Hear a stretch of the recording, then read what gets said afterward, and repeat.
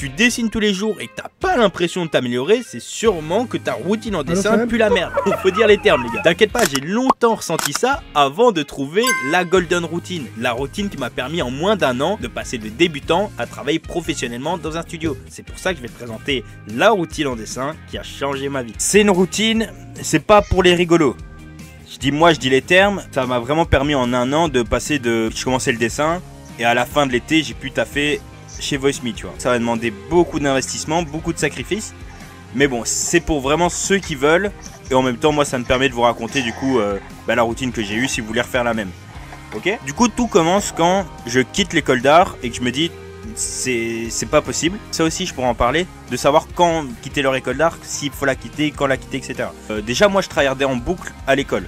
Je faisais que dessiner et on arrive au mois de novembre. Je commence à me rendre compte que c'est chelou l'ambiance. Les profs en dessin, no joke, c'est pas pour dire de la merde, mais il y a certains profs qui puent la merde, excusez-moi, vraiment legit, puent sa mère en dessin. Et bah j'étais pas déjà super bon, mais je le voyais, tu vois. En regardant des vidéos YouTube, j'avais déjà un taux de comparaison, comme là vous pouvez avoir, où je me dis attends what the fuck, lui pue sa mère, tu vois. Du coup déjà là j'étais en mode ambiance chelou, ambiance bizarre. Et on arrive un jour où déjà du coup moi à l'école pendant les cours je faisais que dessiner, normal.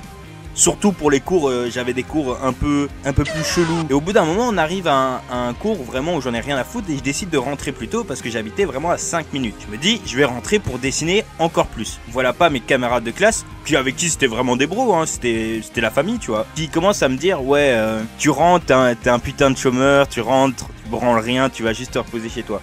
Et pour ça moi je sais pas, j'ai mental boom, ça a été vraiment le déclic. Où je me suis dit bah en fait je reviendrai plus jamais ici. C'est pas fait pour moi du tout, ils sont complètement fous. Moi je rentre vraiment pour tryhard plus, surtout que eux en cours ne branlaient rien. C'est vraiment jouer à Monopoly et tout. Du coup je me suis dit que c'était vraiment pas fait pour moi. Et vraiment instant quitte, je suis plus jamais revenu. C'est pour ça que pour ceux qui se demandent, et de toute façon je mettrai la rediffusion si c'est pas votre cas là actuellement. Pour ceux qui se demandent vraiment quand quitter leur école d'art, moi je trouve que c'est un choix qui se fait naturellement. C'est pas quelque chose où tu prends la décision parce que un tel t'a dit que c'était sûrement mieux de commencer en autodidacte, ça doit vraiment être naturel. C'est un surplus et surtout le déclic c'est te dire mais en fait chez moi si je bombarde tranquillement chez moi à fond, j'évoluerai plus vite qu'aller à l'école et perdre du temps rien que sur le déplacement, sur le fait de devoir écouter des cours de merde. C'est vraiment avoir ce sentiment de se dire putain mais en fait en solo je deviendrai meilleur qu'en suivant juste une école d'art. Du coup, au moins là, vous avez les bases. Et du coup, cette routine, c'est la routine que j'ai suivie juste après avoir quitté l'école et en commençant vraiment mon aventure en autodidacte. Alors, comment ça s'est passé une fois que j'ai quitté l'école? Avec ma mère, bon, c'était pas trop ça. Normal, elle était pas trop contente. Mais au moins, elle m'a laissé 8 mois. 8 mois, on était du coup en octobre jusqu'à août pour avoir un truc stable, entre guillemets. Du coup, au moins là, j'avais, et c'est super important, je l'ai pas dit, mais les gars, il vous faut un objectif. Un objectif, c'est trop important. Moi, l'objectif, c'était vraiment trouver un truc stable, travailler dans le dessin, avoir au moins un petit salaire en 8 mois. C'était vraiment ça. Pourquoi je me levais tous les jours? Pouvoir vivre du dessin en 8 mois. Alors, qu'est-ce qui se passe quand tu as un objectif comme ça et que tu te dis et que tu pars vraiment pas grand-chose, quoi? Bah, faut juste bombarder. Faut juste tryhard. Du coup, la routine là, c'est la routine vraiment à mon prime. C'est ce qui m'a fait évoluer vraiment le plus vite. C'est vraiment répéter cette routine tous les jours, même quand on n'a pas envie. Je suis pas là pour vous rassurer là je suis là pour vous dire les termes quand même. Du coup, le plus important, c'est le réveil, c'est se réveiller tôt, parce que le réveil, c'est ce qui définit ta journée.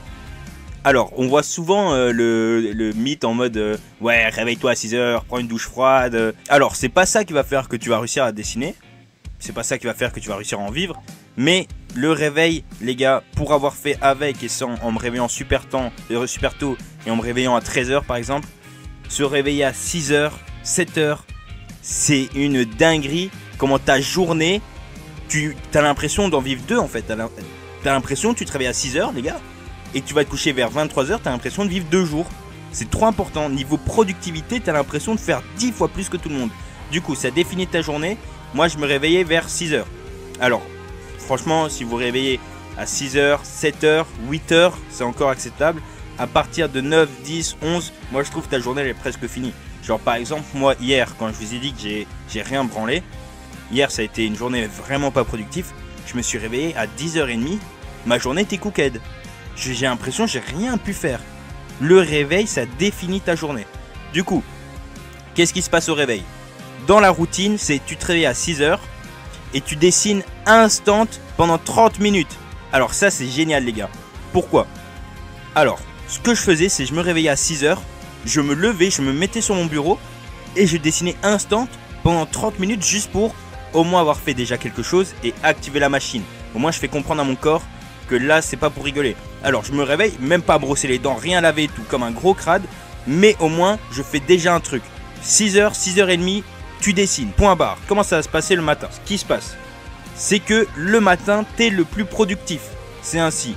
Alors moi, il y a des genres d'études qui disent que les gens, ils peuvent avoir un niveau de productivité qui est diffère de chacun. Par exemple, on est plus productif le soir, etc. Je suis d'accord.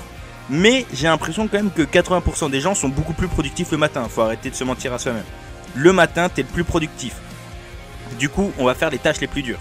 De 6h30 à 9 h, les gars, c'est une dinguerie, studi pur. On réfléchit pas. On est là pour étudier. C'est vraiment ce que je trouve le truc qui va te prendre le plus d'énergie. Qui va te prendre le plus d'énergie de study. Du coup, autant le faire au matin. Quand t'es bien chaud, que t'as les neurones qui sont bien attachés. Et là, quand on parle de study pur, ça va surtout être, par exemple, un study sur les valeurs, study sur l'anatomie, la perspective, etc., etc. Mais là, t'es vraiment là pour apprendre. Ça peut aussi être le fait de, ça je peux le rajouter, hop, de regarder une vidéo, de bien décrypter une vidéo. Parce que moi, je vous conseille toujours de regarder des vidéos quand vous êtes frais. Parce que sinon, regardons vidéo. Parce que regarder une vidéo, les gars, à 23 h, vous allez rien retenir. C'est juste pour le pic de dopamine. Du coup, autant regarder une vidéo vraiment importante au matin, mais alors l'appliquer directement.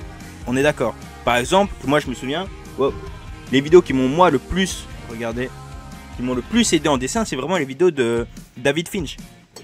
Les vidéos de David Finch, regardez à 6 h 30 en essayant d'appliquer exactement ce qu'il me dit. Mais les gars, ça a changé ma vie. Vous faites ça jusqu'à 9 h. Moi, à 9 h, j'étais encore frais. Normal. De 9 h à 13 h, illustration simple. Et c'est grâce à ça que ça me permettait d'au moins poster une illu par jour sur Instagram. Parce que je la faisais au matin, de 9 h à 13 h, une illustration simple. Et ça permet de chaque jour de pouvoir faire une illu, les gars. C'est une dinguerie. Et le fait de se mettre quand même une petite barrière de temps. Bon, bien sûr, tu peux décoller jusqu'à 14 h et tu décaleras tout. Mais essayez vraiment de rester dans ce cap-là. Allez, vous avez 9, 10, 11, 12, 13. Vous avez 4 heures pour une illu. Si vous êtes chaud, si vous vous branlez pas, il y a vraiment moyen d'avoir un bon résultat. Surtout que ça sert à rien de faire des illus qui vous prennent 10, 15, 20 heures quand vous êtes dans le processus. Non, vous êtes là pour apprendre. Au moins, si vous faites une illustration simple chaque jour, vous allez pouvoir appliquer ce que vous apprenez la veille. Et c'est ça que c'est trop bien. On va pas partir sur des grosses illustrations. Chaque illu simple, ça fait le taf. Par exemple, je vais vous montrer c'est quoi une illu simple. De toute façon, vous avez qu'à remonter dans mon feed. C'est ça. Ça. C'est vraiment un personnage, un petit décor ou même pas de décor. Ça dépend si vous voulez vraiment apprendre à faire des décors tout de suite. Et moi, je me suis vraiment concentré sur les personnages d'abord. Voilà, ça, je me souviens, ça, c'était vraiment dans ce 9 h 30, 13 h. C'est vraiment ça. Pareil pour ça, ça, c'est pas fini, mais c'est pas grave. Pareil pour ça, etc., etc. Hop. Là même, ça, c'est vraiment 9 h 30, 13 h. J'avais d'autres exemples quand j'avais vraiment commencé. Ouais, voilà. Ce genre de truc-là, c'est exactement ce que j'entends. Petit illu. Après, si vous voulez rajouter un background, bien sûr, mais toujours simple, toujours pour vous entraîner. On n'est pas là pour faire l'illustration de l'année. Non, vous commencez, vous devez tryhard, vous devez au moins comprendre les bases. Du coup, on va pas perdre de temps à faire des illus qui vont vous prendre 15 heures. Non, on est là pour optimiser. Et ça, c'est voilà. Et ça, c'est exactement à la fin le résultat de la routine. À la fin, ça, c'était, allez, je l'ai fait ça en 2 heures, je pense. Petit background simple, personnage. On cherche pas la folie. Là même pour ça. Ok. Alors, en après-midi, comment ça va se défiler? Moi, les gars, en après-midi, souvent vers 13-14 heures, je suis KO. Je commence à être beaucoup plus fatigué. Je suis réveillé quand même depuis 6 heures. Et en après-midi, je sais que je vais pas performer comme un fou. Du coup, tranquille, petite pause de 13 à 15. On mange, on récupère. Et, hop, on va créer du contenu. C'est quand même la base, les gars. De 15 h à 17 h, c'est création de contenu. Alors, ce qu'on va faire, c'est... On a notre illu du matin. C'est déjà génial, ça nous assure un poste. Petit illu. et un réel. Vous avez 2 heures. Normalement, si vous êtes chaud, en 2 heures, vous avez fait votre réel. On ne demande pas le réel de l'année. Juste création de contenu. Ensuite, et à savoir les gars, quand je faisais cette routine, bon, je maîtrisais pas du tout les réels comme maintenant. Mes réels étaient explosés, mais au moins j'arrivais quand même à les faire dans ce laps de temps. Alors, fin d'après-midi. 18h sport, c'est tous les jours. 18h sport, tous les jours, c'est obligé. Pourquoi? Parce que le sport, les gars, aller à la salle, faire de la course, etc. Même si c'est pas dans du dessin pur, ça va forger la discipline, c'est une dinguerie. La discipline, c'est juste allez, on va dire un mécanisme de stack les wins. Alors, ce que j'entends par là, c'est si le matin, tu te réveilles déjà tôt, tu fais ton lit, tu bosses dès le début. En fait, la discipline, c'est si tu enchaînes les victoires en boucle, en boucle, en boucle, en boucle, tu deviens invincible, tu deviens Iron Man. C'est pour ça qu'il faut aller à la salle tous les jours. Pas forcément pour le résultat, mais pour le fait d'au moins aller tous les jours. Ça a forgé une discipline dans le dessin. Les gars, moi, quand je vais moins à la salle, je suis moins productif. Et quand je suis moins productif, je vais moins à la salle. C'est toujours lié. Je le sais. C'est pour ça qu'on est maudit à faire du sport tous les jours. C'est trop important. Genre, no joke, je pense, c'est game changer. Alors, une fois que tu reviens de la salle, du coup de 18h à 21h, je te laisse un peu de temps pour chill quand même, pour manger après la salle. De 21h à 23h, c'est dessin libre, dessin par imagination, sans prise de tête. T'es là juste pour retravailler tes classiques. On va pas te demander à 21h de faire du study, de faire un truc super complexe, non. C'est pendant 2 heures, tu vas dessiner et appliquer ce que tu as appris sans te prendre la tête. Tu dessines, tu dessines, tu dessines. Et tu répètes en boucle ce schéma. C'est pour ça qu'il faut aller bien se coucher à 23h. 6h, t'es carré, t'as tes 7 heures de sommeil, t'es parfait. Ok? Ça, c'est la routine que j'ai appliquée. Et, les gars, je vous le dis, c'est pas facile. Hein. Je suis pas en train de vous dire que là, ça va être simple. Je sais même pas s'il y en a qui vont avoir le courage de la faire. Parce qu'elle est vraiment, vraiment sportive. Bon, si t'as bien kiffé, ça c'était une rediff d'un live de la Tiny School. Bon, je vais pas te faire l'ancien, mais c'est mon école d'art en ligne. Si tu veux vraiment apprendre le dessin, etc. etc. De toute façon, t'as tout dans la description. T'as le lien, t'as une vidéo qui explique. Avec le Black Friday, t'as 7 jours gratuits. Vraiment, profites-en.